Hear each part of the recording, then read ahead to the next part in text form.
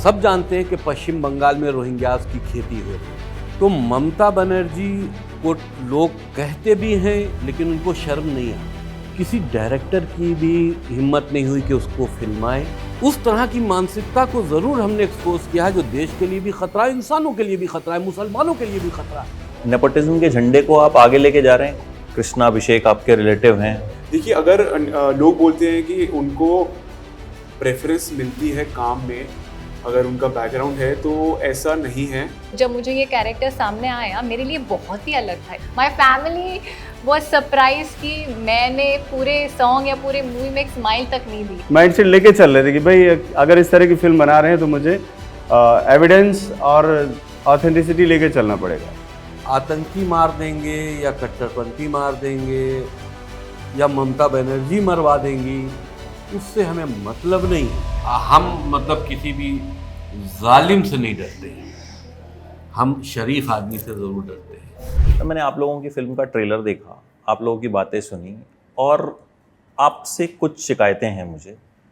एक तो आप नेपोटिज्म को प्रमोट कर रहे हैं, दूसरा मुझे ऐसा लगता है कि कहीं ना कहीं आप जो है माहौल ख़राब करने की कोशिश कर रहे हैं।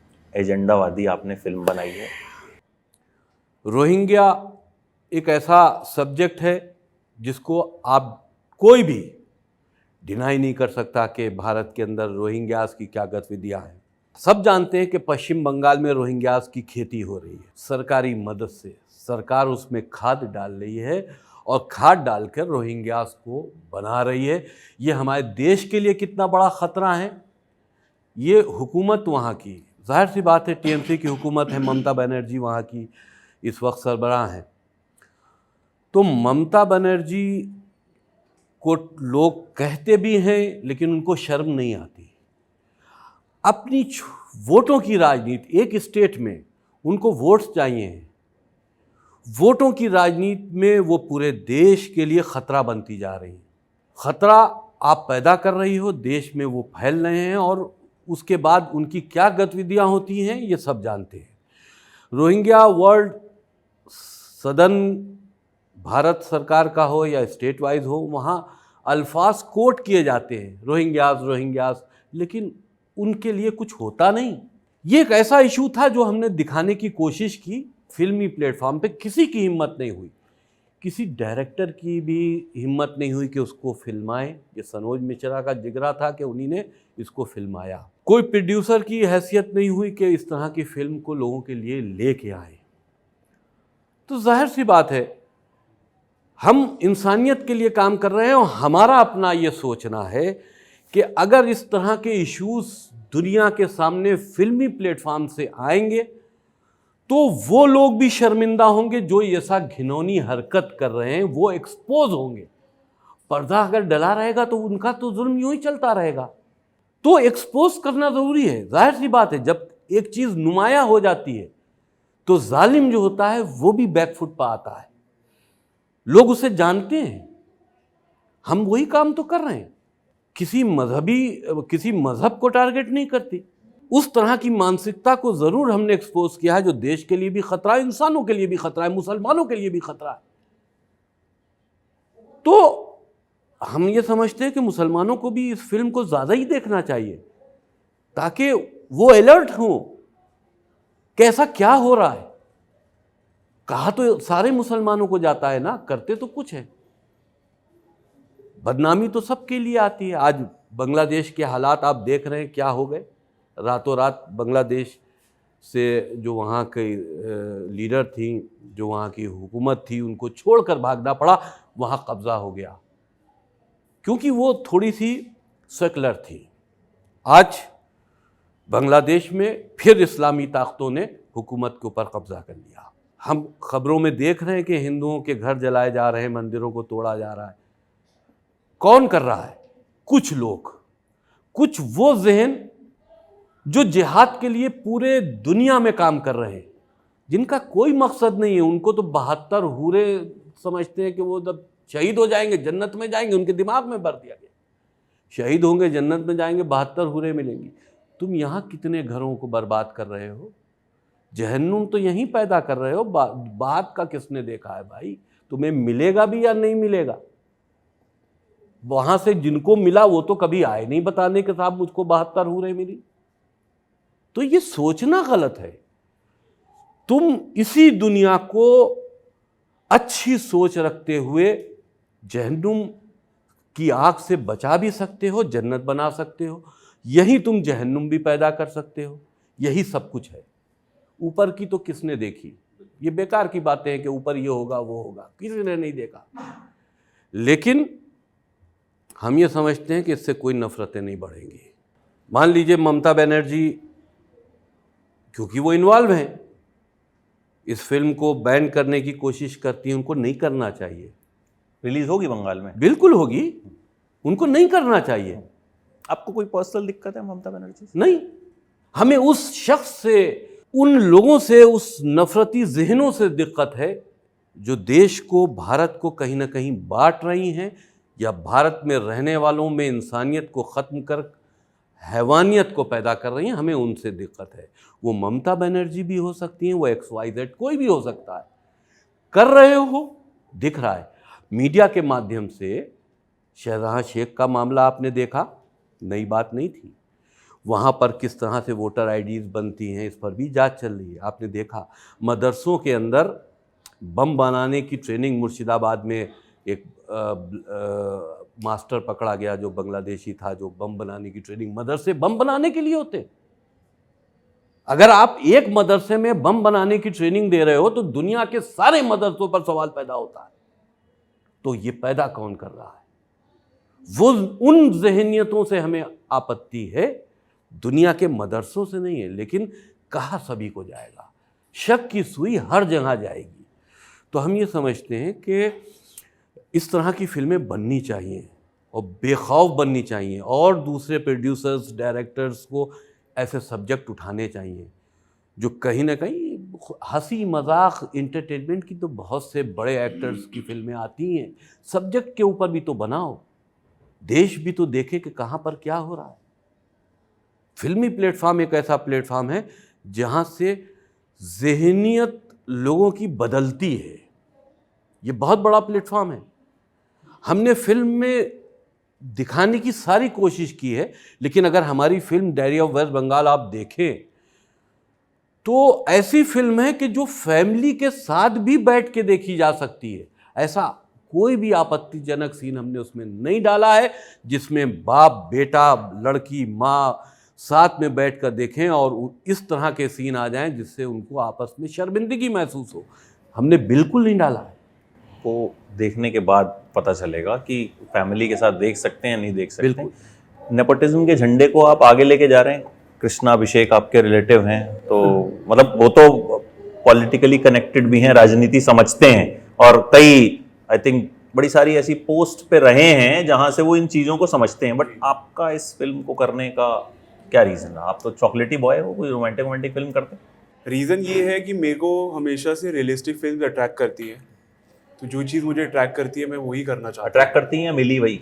नहीं, मेरे को मिली है। मैंने ऐसा नहीं है, मेरी और भी जो अभी फिल्म्स आ रही हैं, मेरे काफ़ी सारे सॉन्ग्स हैं जिसमें मैंने आई am a dancer also, dancing songs हैं काफ़ी, और रोमांटिक ऐसे, क्योंकि सॉन्ग्स में तो मैं प्रॉपर प्ले करता हूँ ऐसा। सोचा नहीं ममता बनर्जी गुस्सा होंगी तो नचा डालेंगे? देखिए, उसका रीज़न ये है कि जैसे आपने खुद ही पहले आंसर दे दिया कि मैं पॉलिटिकली इन्वॉल्व तो नहीं हूँ इसमें, बट एज एन एक्टर जब मुझे आया तो मुझे रियलिस्टिक लगा।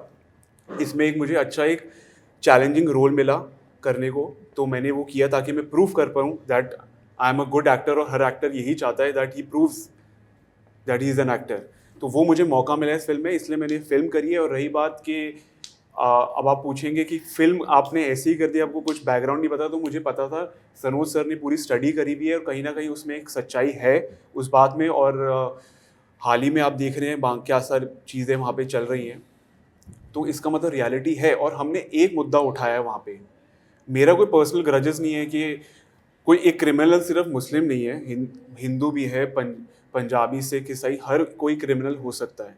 लेकिन हमने एक मुद्दा उठाया और उस पर हमने फिल्म बनाई है। इट इज़ रियलिस्टिक और सच्चाई है जुड़ी हुई उसमें, क्योंकि सर ने पूरा स्टडी करके मुझे दिखाया। बट मेरा पॉलिटिकली तो कोई एजेंडा नहीं है, और मेरा बस एक ही काम था, एम था कि जो कैरेक्टर सर जो मुझसे करवाना चाहते हैं मैं उसको 100% जस्टिस करूं, तो वही मेरा फोकस था उस पर। नेपोटिज्म वाला सवाल गोल कर दिया। हाँ, नेपोटिज्म वाला सवाल गोल नहीं, पहले आपने मुझसे पूछा कि ये आपने फिल्म क्यों करी, उसका मैंने आंसर दिया। पहले तो नेपोटिज्म वाला। अच्छा, नेपोटिज्म का मैं आपको देता हूँ आंसर, बहुत टाइम मैंने तो पहले ही बोला था, मैं क्लियर कर देता हूँ उसको।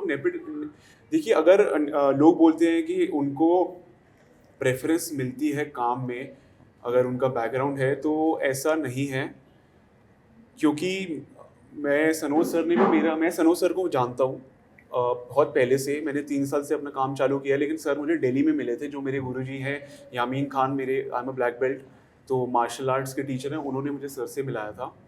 और उसके बाद मैं मेरी ट्रेनिंग वगैरह चल रही थी, मैंने काफ़ी अपना मैं आर्किटेक्ट बाय क्वालिफिकेशन, मैंने साथ साथ थिएटर करा है 5 साल, डांसिंग करी है, मैं सब सीख कर आया हूँ, अपना ट्रेनिंग लिए बाकायदा, यहाँ पे कैमरा एक्टिंग करी है। फिर उसके बाद मैंने ऑडिशंस दिए हैं और कई जगह नहीं हुआ है, कहीं हुआ है, सर ने मेरा ऑडिशन लिया है और मैं अच्छी फिल्म्स कर रहा हूँ और सब्जेक्ट ओरिएंटेड कर रहा हूँ, गाने, वेब सीरीज़ कर रहा हूँ, हर तरीके का रोल कर रहा हूँ, ऐसा नहीं है कि मेरा ये फिक्स्ड है।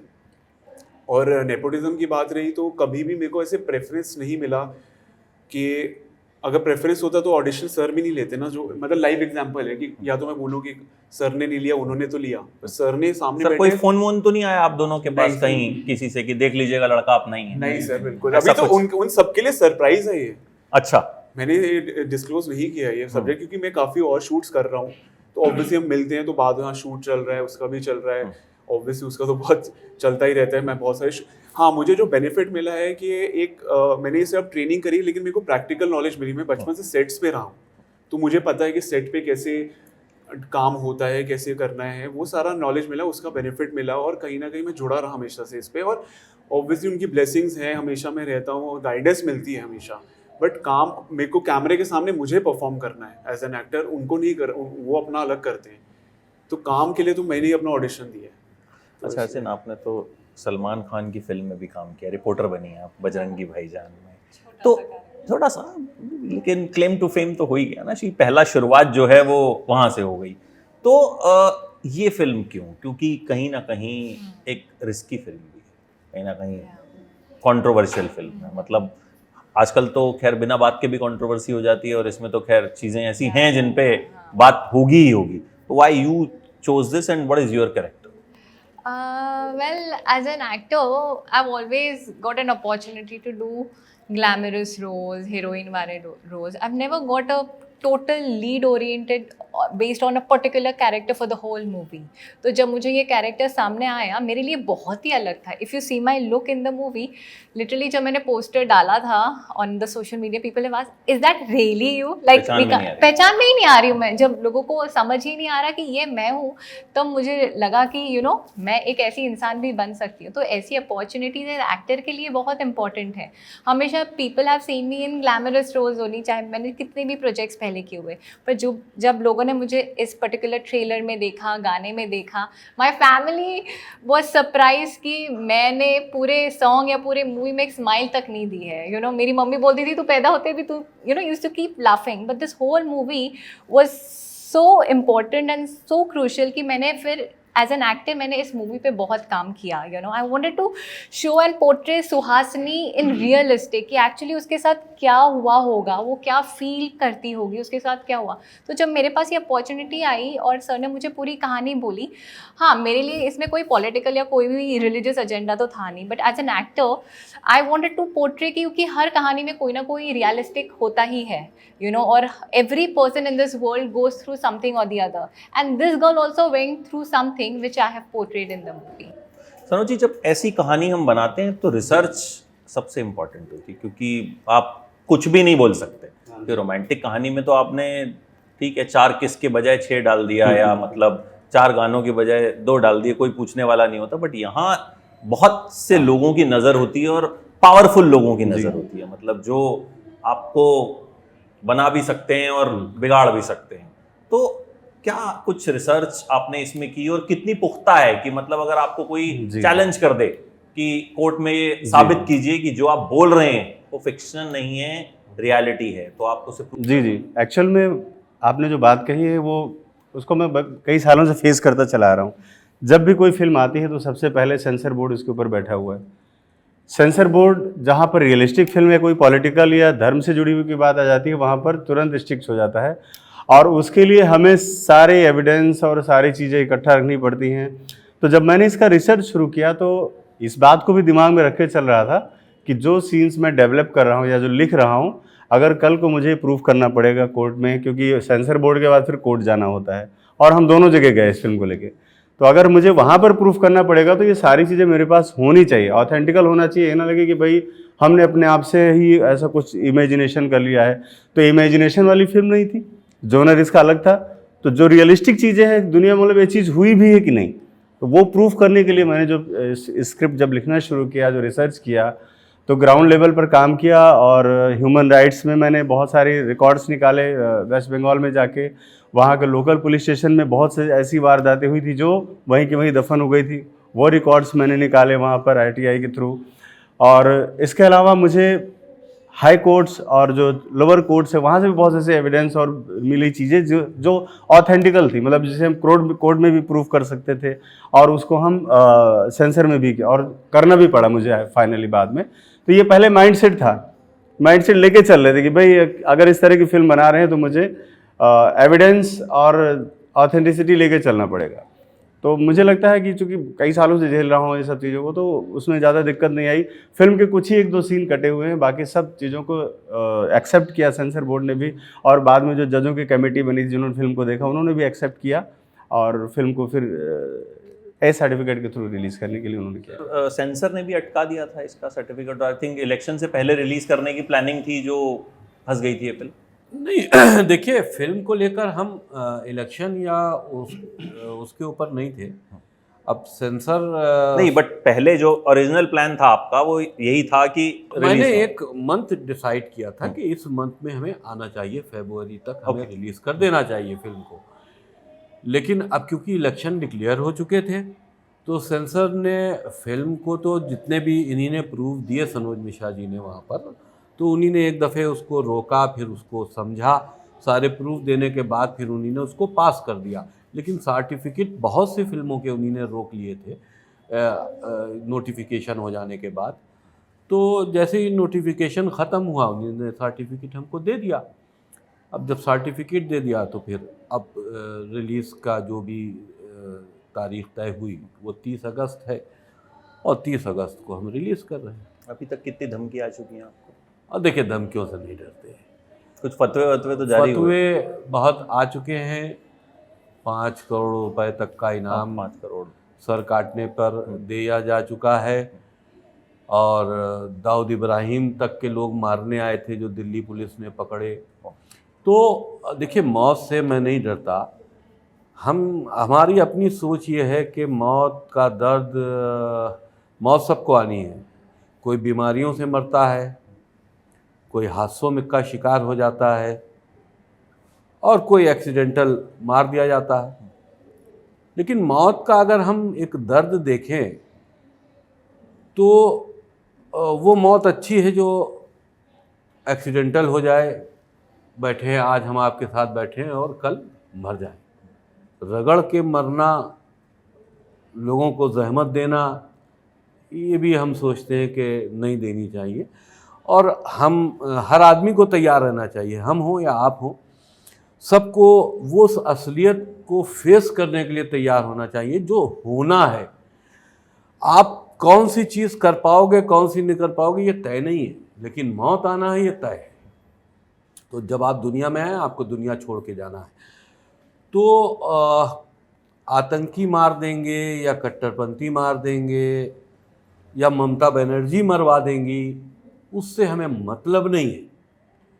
हम ये चाहते हैं हम अपनी ज़िंदगी में जिस स्टैंड को हम लेके चले हैं, एक इंसानियत का, एक सच्चाई का, अपने देश के लिए, उस पर हम कायम रहें। उससे हम इस तरह की ताकतों से नहीं डरते। और जब आदमी के दिल से मौत का डर निकल जाता है तो हम ये समझते हैं वो सच्चाई बोलने से भी नहीं डरता। झूठ वहीं पे बोला जाता है जहाँ पे उसको लगे कि भैया ख़तरा है, झूठ बोल के अपनी जान बचाओ। और जब जान हम देने ही को तैयार हैं तो फिर झूठ क्यों बोले? तो मतलब नहीं होता। जब इनको मारने आए लोग तो आपके घर वालों का क्या रिएक्शन था? उन्होंने कहा बेटा सिक्योरिटी ले लो, घर बैठ जाओ, क्या कहाँ पंगे में फंस गए, कुछ और कर लेता। आज सुबह ही कॉल बोला? आया था घर से हाँ कि अभी अरे वो करंट सिचुएशन ऐसी चल रही है, क्या है, बट फैमिली है। बट मैंने आपको बोला ना, तभी तो इतने बड़े प्लेटफॉर्म पे मैं बोल रहा हूँ कि पॉलिटिकली इन्वॉल्व नहीं है। As an actor we are actors, हम हमारा बट फेस तो एक्टर ही होता है ना। फेस एक्टर होता है, बट हमारा काम क्या है, कैरेक्टर और जो स्क्रिप्ट दी है उस पर जस्टिस करना, जो डायरेक्टर है उसकी रिक्वायरमेंट्स फुलफिल करना कि ऐसे परफॉर्म करना है। या तो मेरा कोई पॉलिटिकल एजेंडा होता तो मुझे डरना चाहिए था, तो there is no political agenda for me. आपकी फैमिली में कोई डर इस तरह? ऑब्वियसली आपका एजेंडा नहीं था ना, उनका कहना उनका भी एजेंडा नहीं। फैमिली तो of course question that why I did this movie, and they were very they literally scolded my parents saying कि how did you allow your daughter to do this kind of a movie, but as an actor I just told my parents कि ये मुझे character and actor, मैं इसको कोई मेरा खुद का agenda as is they said कि हम नहीं देख रहे हैं, यू नो, मैं बस एक एक्टर देख रही हूँ कि इसमें मुझे और ये कैरेक्टर निभाने में क्या क्या कैसी दिक्कत आएगी, क्या इसमें मैं फेस करूँगी। Only I was seeing that, nothing related to anything else. Sir ji, आपने इन दोनों को क्यों चुना? पॉलिटिकली इनका कोई वो नहीं था? नहीं मतलब बिल्कुल, बहुत अच्छा सवाल किया आपने। नहीं था एक्चुअल में ये चुना कि भाई जो मैं लिखूंगा वही बोलेंगे, ज्यादा कुछ चूचू नहीं करेंगे कि इसको चेंज कर दो, ये नहीं बोलेंगे। पहले तो मैं येजुर के बारे में बोलना चाहूँगा। येजुर का जो सबसे ज़्यादा जो सिलेक्शन का जो एक मेरे माइंड में जो ये था कि मैं इनको क्यों ले रहा हूँ, तो जब मैं येजुर से मिला, कई साल पुरानी मेरी दोस्त है, भाई भी है मेरा, तो इन्होंने मुझे बताया कि भैया मैं कश्मीर पर एक फ़िल्म कर रहा हूँ और उसमें जो हैंडीकैप्ड है उसके हाथ नहीं सिर्फ पैर हैं, और वो जो रेजर से पैर से ही अपनी ये सेविंग भी बनाता है। तो ये मुझे प्रैक्टिस कर रहे थे और वीडियो मुझे भेजते थे कि देखिए मैं प्रैक्टिस कर रहा हूँ भैया। तो मुझे लगा कि एक ऐसा जुनूनी लड़का है जो कुछ करना चाह रहा है, मतलब जैसे आपने बोला कि नेपोटिज्म, तो वो रास्ता नहीं था, एक्चुअल में वो एक्टर थे। मुझे लगा अगर ये बंदा इसके लिए इतनी कुछ तैयारी कर रहा है तो जाहिर सी बात है उसको अच्छा प्लेटफॉर्म मिलना चाहिए। और एक रियलिस्टिक सिनेमा जब मैंने शुरू किया the diary of West Bengal, तो मैंने सबसे पहले येजुर को याद किया। सेकेंड ऑप्शन आता है हमारा अर्शिन पर। अर्शिन मेहता को मैं नहीं जानता था कौन है ये, और मैं उन दिनों कास्टिंग एजेंसी और सारे लोगों के थ्रू बहुत सारे इंटरव्यूज़ और रियल ये सब कुछ कर रहा था, लोगों को ऑडिशंस ले रहा था। उस ऑडिशन में मैंने जो एक सीन मैंने जो क्रिएट किया था, अपने लिखा था, वो सीन मैंने इन दोनों लोगों से करवाया, और वो सीन इतना एक्यूरेट हुआ मेरे हिसाब से कि मुझे लगा कि शायद जो मैंने लिखा था उससे भी 2 कदम आगे बढ़ के हो गया है ये। वो मेरे दिमाग में बैठ गया, और उसके बाद अर्शिन गायब हो गई। कुछ और चीज़ें बीच बीच में आती रही जाती रही, लेकिन अर्शिन दिमाग से गई नहीं। 1 महीना बीता, 1.5 महीना बीता, 2-4 और कितने सारे आर्टिस्ट आ गए। करीब उस दौरान मैंने 150 लड़कियों का ऑडिशन लिया, लेकिन वो जो पहला इंटरव्यू था, पहले जो पहला ऑडिशन था, वो मुझे हमेशा याद। और मैं सर को बोलता है भाई वही अच्छी है, भाई वही अच्छी है। फिर बोले कि नहीं नहीं सर, सबसे सच्चे इंसान इन चारों में आप ही। मैंने कहा था, हमने कौन सा झूठ बोला? हमने कहा था कि हमारी फिल्म में सिर्फ यही काम करेगा। मैंने ये थोड़ा से गुस्से, इनको गुस्सा जल्दी आता है, लेकिन हमने कहा था कि यही काम करेगी। जो हमने सोचा आपको जाता है भाई, ये हमको जाना चाहिए। ये तो मुझे आपको पता सारा ही क्रेडिट, था। फिल्म का भी क्रेडिट आपको ही जाता है, because of you are producer, आपने फिल्म बनाई। क्योंकि मैंने देखा ना, दोनों को देखा, येजुर को भी देखा, अशीन को भी देखा। हमने दोनों साथ में ये सर आपने ही किए, देखा जाए तो इस हिसाब से। तो हमने देखा कि जो हम सोच रहे हैं वो ये कर सकती है। अब उसके बाद और लोगों को बुलाना, इनका कोई तोड़ निकालना, ये अच्छा नहीं लगा। बताइए कितने लोगों के सामने ऑडिशन लिया था आपने? 80 लोगों के सामने ऑडिशन लिया था, 80 to 100 लिटरली पूरा हॉल भरा हुआ था। एंड आई वाज लाइक, ऐसा तो पहले कभी नहीं हुआ है। बट हाँ, स्क्रिप्ट के दौरान मैंने भी एज एन एक्टर मुझे जानना था कि इसमें कितना हकीकत है, तो मैं हमेशा सर से बहुत क्वेश्चंस पूछती थी, सर ये कहाँ लिखा गया। And every time sir would answer me, क्योंकि I am a Parsi, so knowing more about Vedas and other Hindu scriptures was very interesting for me. तो मुझे बहुत कुछ नॉलेज मिला रीडिंग द स्क्रिप्ट, और सनोज सर ने every dialogue of the film कहाँ से आया है पूरा मुझे दिखाया। And I was so happy कि ये सब मुझे तो पता ही नहीं था एज एन इंडिविजुअल ऑल्सो। तो काफ़ी सीखने को मिला ये मूवी से मुझे। अच्छा, क्योंकि फिल्म सीरियस है, एक इम्पोर्टेंट मुद्दे पे, जब शूटिंग हुआ करती थी माहौल कैसा रहता था? कुछ मस्ती मजाक होता था या सब एकदम? नहीं, मस्ती मजाक अगर हो जाएगा तो फिर बड़ी मुसीबत हो जाती थी, क्योंकि भाई साहब का जो रोल होता था वहाँ पर, जस्ट लाइक गब्बर सिंह तो अगर किसी ने नहीं कभी कुछ होता है कि थोड़ा सा माहौल हल्का कर लिया जाए, कोई हंस देता तो इधर फायरिंग करने लगते थे तो एक हिसाब से देखा जाए, मतलब इनका कहने का मतलब ये था कि सब लोग सीरियस होकर काम करो, और अगर आप सीरियस होकर काम कर चुके हो और 2 मिनट के लिए थोड़ा रिलैक्स हो जाओ तो भी बोलते नहीं फिर भी सीरियस हो जाओ। तो इस लिहाज से कोई मौज मस्ती जैसा तो बात ही मत कीजिएगा इसमें कि कुछ हुआ। तो जब पैकअप होता था serious हो गए थे। तो पैकअप होता था तो सीरियस होके सोना अरे था। बाप रे, अरे नींद ही नहीं आती थी, इतना सीरियस। बोलते थे सो जाओ, उठना, सीरियस हो गए एकदम। जो जितने दिन भी शूट हुआ मैं उतने दिन घर नहीं गया। सब लोग ज़्यादातर नहीं गए, सब लोग प्रोड्यूसर्स जो होते हैं वो इतने इन्वॉल्व नहीं होते। तो उन्होंने हर एक चीज का ध्यान रखा था, एवरी माइन्यूट डिटेल ऑल्सो। मतलब हाँ, मतलब बहुत सी कमियां थी, खाना प्रॉपर नहीं पहुंच पाता था क्योंकि हम लोग बहुत अंदर अंदर काम कर रहे थे, तो इन लोगों ने भी कंप्रोमाइज़ किया, लेकिन जो पहुंच सकता था वो भी पहुंचे, इसको भी देखना मेरी जिम्मेदारी होती थी। तो मतलब आप ये सोचिए मैं उसमें फिल्म में मेकिंग में एक मजदूर की हैसियत से काम कर रहा था। और अगर कोई बीच इन में लोगों का मुस्कुरा दे सेवा। तो ऐसा लगता था इनको कि मतलब काम नहीं हो रहा, मौज मस्ती हो रही। मतलब लॉजिक था इनका भी अपना है कि मुस्कुराए क्यों, इसका मतलब तुम सीरियस नहीं हो काम करने के लिए। एक दिन की बात बताना चाहूँगा, 3:30 बजे मैं पैकअप करके आया और 4:30 बजे भाई साहब ने दरवाजा मेरा पटका दिया कि 10:30 का शेड्यूल है, आप सो रहे हो। आप सोच लीजिए शूटिंग 10:30 बजे होनी है लेकिन 4:30 बजे मेरा जागना जरूरी है। एक चीज ऐड करना चाहूंगा जो सर ने बताया कि कितना स्ट्रेस में काम हुआ था कि सर एक हॉस्पिटल भी गए थे सर। वो तो छोटी मोटी चीजें है भाई, हॉस्पिटल जाना, मतलब इतना हमने डे नाइट मेहनत करी है, पर फिर भी सीधा हम गए, सर ने चेक वेक कराया, फिर एकदम उठ के चले आ रहे वो वाला सीन है, वो सीन है। ये अगर तो ये सर की तारीफ है कि मतलब ये और अगर- सर को देख के हमें इंस्पिरेशन मिलती है। उस वक्त तो मेरा सोचना ये था कि अगर स्ट्रेचर पे भी हो तो स्ट्रेचर ला के स्टेज के सामने खड़ी कर दे। और बताओ क्या करना है, अब action। स्ट्रेचर पे बैठ के काम करो। ये तो सही बात है। बिकॉज अब काम हम लोग नहीं तो सकते। उन्होंने आपको गब्बर सिंह बिल्कुल सही कहा। नहीं नहीं नहीं, मैं नहीं कहता, यूनिट के लोग, मैं तो मेरे बड़े भाई हैं। ये अच्छे वाले गब्बर सिंह थे। पीछे बाद में पता चला आपको, शूटिंग अभी वूटिंग बाद में खत्म पता होने चलेगा, के बाद। आप पूछेंगे कौन है भाई, कौन बोलता था? हाँ ये बताओ कौन हमको गब्बर सिंह कह रहा था। हमारी पूरी यूनिट ने, चाहे वो कोई भी रहा हो, इन लोग अब देखिए ये लोग तो एक्टिंग करने जाते हैं उन माहौल में जहाँ हर चीज़ मुहैया होती है, जहाँ पर कुछ भी नहीं था, जंगल के अंदर कुछ भी नहीं, खाना एक दिन नहीं खाया, दूसरे दिन भी खाने का कोई भरोसा नहीं है। वहाँ पर ये लोग काम करते रहे, कहीं पे किसी ने कोई नखरे नहीं किए। तो ये चीज़ बहुत अच्छी हमारी यूनिट में रही कि मतलब एक ये सोचते हुए कि भाई हमें खाना नहीं मिलेगा यार तो अभी हम काम नहीं करेंगे, या अभी ये नहीं हो रहा है वो नहीं हो रहा, ये सारी प्रॉब्लम्स आई आजकल हैं। तो वैसे भी इतना है कि वो एक्टर के लिए 3-4 लाख रुपए खर्च करके गाड़ी जाती है, बर्गर लेके आती है। आजकल तो ये सब भी बहुत चल रहा है ना कि हाँ, cost वो सब लोग फिल्म नहीं बना सकते सबके साथ, ये भी जानेंगे। वो तो फिर बर्गर का बन ही मिलेगा मुझे। मैं नहीं पनीर जरूर मिलेगा। 6 डेज स्नैक्स पे हमारी यूनिट ने काम किया, तो ये सैल्यूट है। आप खुद सोते थे उस दौरान या आप? नहीं खुद भी नहीं सोते थे, जब सोएंगे तो फिर काम कैसे? खुद नहीं सोते। ना हम सोते थे ना सोने सोने देते। देते थे। नहीं सोने तो हम नहीं देते थे।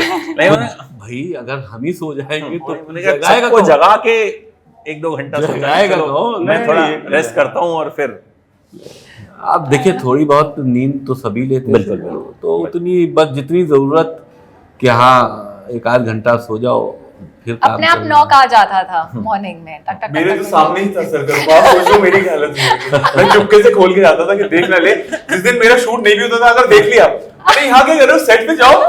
तो गर्लफ्रेंड से फोन पे बात हो पाती थी? नहीं सर, कोई गर्लफ्रेंड है नहीं। सर ब्रेकअप आप ही की वजह से हुआ हो सकता है। हाँ ध्यान से देखिए, यही है वो। आपने इतना वो कर दिया कि अगला बंदे ने फोन नहीं किया 1.5-2 महीना, लड़ाई होगी मेरी तो। और फिर ब्लॉक हो गए बैठे बैठे। अब रिलीज के टाइम पे जो है प्रीमियर पे बुला लीजिएगा। ठीक, अच्छा बंगाल जाएंगे प्रमोट करने? बिल्कुल जाएंगे भाई, कोई ममता से डरता हूँ? नहीं वैसे पूछ रहा हूँ, प्लानिंग है? यजुर शायद नहीं जाएगा, बाकी सब जा रहे हैं ना, जाओगे चलोगे ना मिल मेरे साथ? जाएगा, सब हमारी टीम पूरी बहादुर है। बंगाल जाएंगे बोलो भाई करने? अरे मीडिया के सामने भी बोल दो कि हाँ जाऊंगा। हाँ बिल्कुल 100% हेडलाइन डाल दूंगा। दूसरी वाली बात है ममता बनर्जी से डर मैं आ गई रहा हो। हूँ वेस्ट बंगाल प्रमोट कर। देखिए हम मतलब किसी भी जालिम से नहीं डरते, हम शरीफ आदमी से जरूर डरते हैं। तो ये किरदार ऐसे हैं, चाहे वो ममता बनर्जी हो या कोई भी XYZ ऐसा किरदार, क्योंकि ममता की हम बात इसलिए कह रहा हूँ क्योंकि मेरा सब्जेक्ट पश्चिम बंगाल का है। वो फिल्म देख के समझ में आएगा कि जो रिसर्च है, जो बातें आपने कही हैं, वो क्योंकि कहीं ना कहीं जब इस तरह की फिल्म बनती है तो आपको भी पता है वो दो तरह से एनालाइज होती है कि भाई जितनी भी फिल्में बनी है, कश्मीर फाइल्स हो, बहुत लोग एजेंडा कहेंगे, प्रोपेगेंडा कहेंगे, बहुत लोग कहेंगे नहीं हाँ ऐसा होता है, तो वो दो पहलू हमेशा रहेंगे। हाँ, और बाकी रिव्यू कर दूं आपकी फिल्म का। बहुत अच्छा, प्लीज सर। फिर इनके रिव्यूज देख के ही तो मैं, जब भी मैं कोई मूवी देखने जाता हूँ, मैं 100% रिव्यूज देखता हूँ, तो सबसे पहले सर का ही हाईलाइट ऊपर होता है एकदम। और जिस तरीके से बोलते हैं, और मेरे को हम लास्ट टाइम मिले थे तो आपने बोला था रिलीज के टाइम में आपका करूंगा, उसके बाद से तो मैं और हो गया ना कि ये मेरा करने वाले हैं, पता नहीं क्या बोल देंगे, कैसा करेंगे। सर अच्छा ही बोल रहा है ना, प्लीज। ये अगर अब मैंने अच्छा बोला तो वो कहेंगे हो जाएगी, on record है। कि नेपोटिज्म आ गया यहाँ पे। ये तो सर, हर जगह नेपोटिज्म। सर दोस्त भी तो होते हैं ना, दोस्त के लिए करते हैं। नहीं, दोस्त नहीं, फिल्म मुझे उम्मीद है अच्छी होगी, और जाहिर तौर पे जब अच्छी होगी तो सब उसको अच्छा ही बोलेंगे। Positive vibes only. तो उम्मीद करते हैं सर कि फिल्म अच्छी हो, लोग पसंद करें, और जो भी मैसेज आपको लगता है कि सही है, आप कन्वे करना चाहते हैं, वो पहुंचे। इंतजार रहेगा Thank और you. फिर मुलाकात करते हैं। Thank so you. much. Thank you. Thank Thank you. For exclusive and insightful videos, subscribe to our new channel ABP Live Premium